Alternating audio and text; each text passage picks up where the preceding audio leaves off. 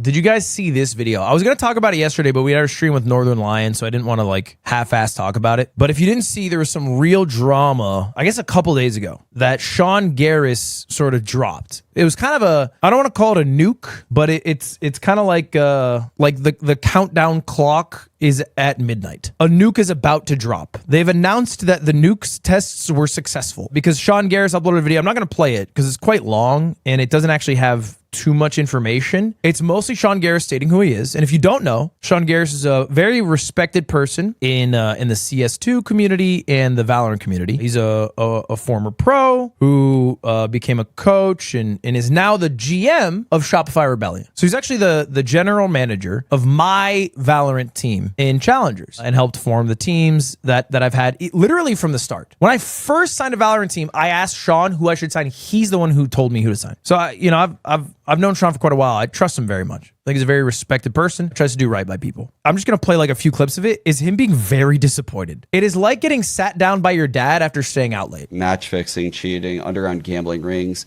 people making hundreds of thousands of dollars on these games that are rigged. I was on Complexity on the other side of things when I by power threw a game. Try and get the flank off. He's going to have two right there. Can they line up for him?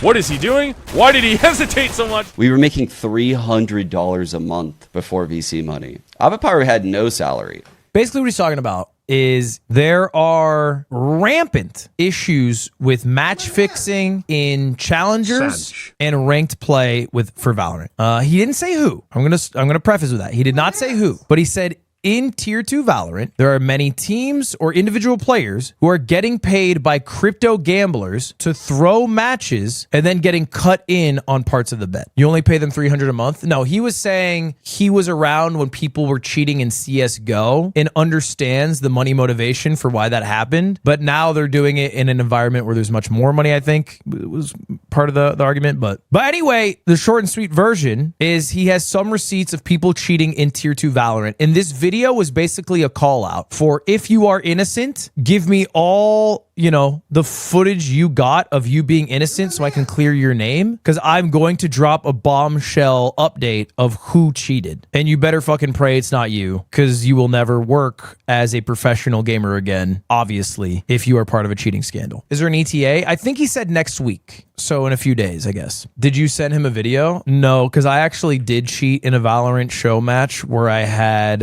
Zekin fill for me for a couple of rounds.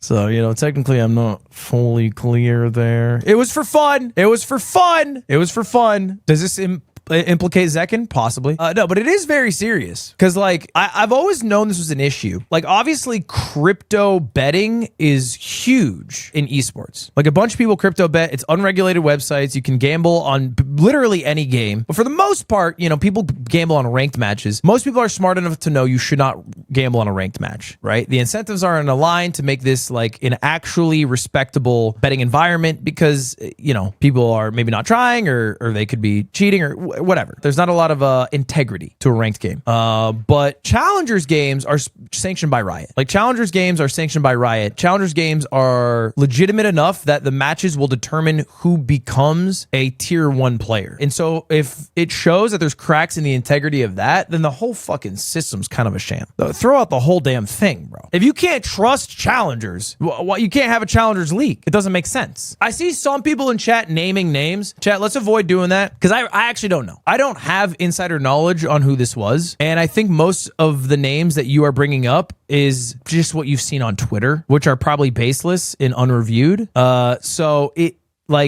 kind of the scary thing of Sean doing this the way he did it. I understand why he did it because announcing that there has been match fixing and people have cheated and people have stolen hundreds of thousands and people have ruined the integrity of challenges. It allows him to get more information to then make a much bigger video about it. It also allows people to speculate in this interim period and possibly ruin reputations unnecessarily. So let's not be a part of that. We're going to sit our little butts down. We're going to wait. We're going to wait. Because yes, it will get ugly, but at least it's better to be ugly and true than ugly and alleged. But I'm definitely going to fucking stay hip to it. I'm going to stay abreast because I've been in Challengers for 3 years and I've been very invested. So I'm sure Riot and the community at large, if someone verifiably cheated, will be quite harsh and penalty and punishment, I also will. Every motherfucker who cheated is on my shit list till the day I die. I hate them. I've bled for 3 damn years in this league. Everybody left. Every team's out. Nobody's in this bitch. The guard's out. FaZe is out. Everybody's out. And you cheat me? I put in thousands for you to cheat me? I'm gonna... So anyway, we'll see. We'll see. It'll be next week, but it is crazy. It is crazy if true. And I don't know what it'll do to challengers, frankly. If it's as big as I think it is, challengers might go away, but we'll see.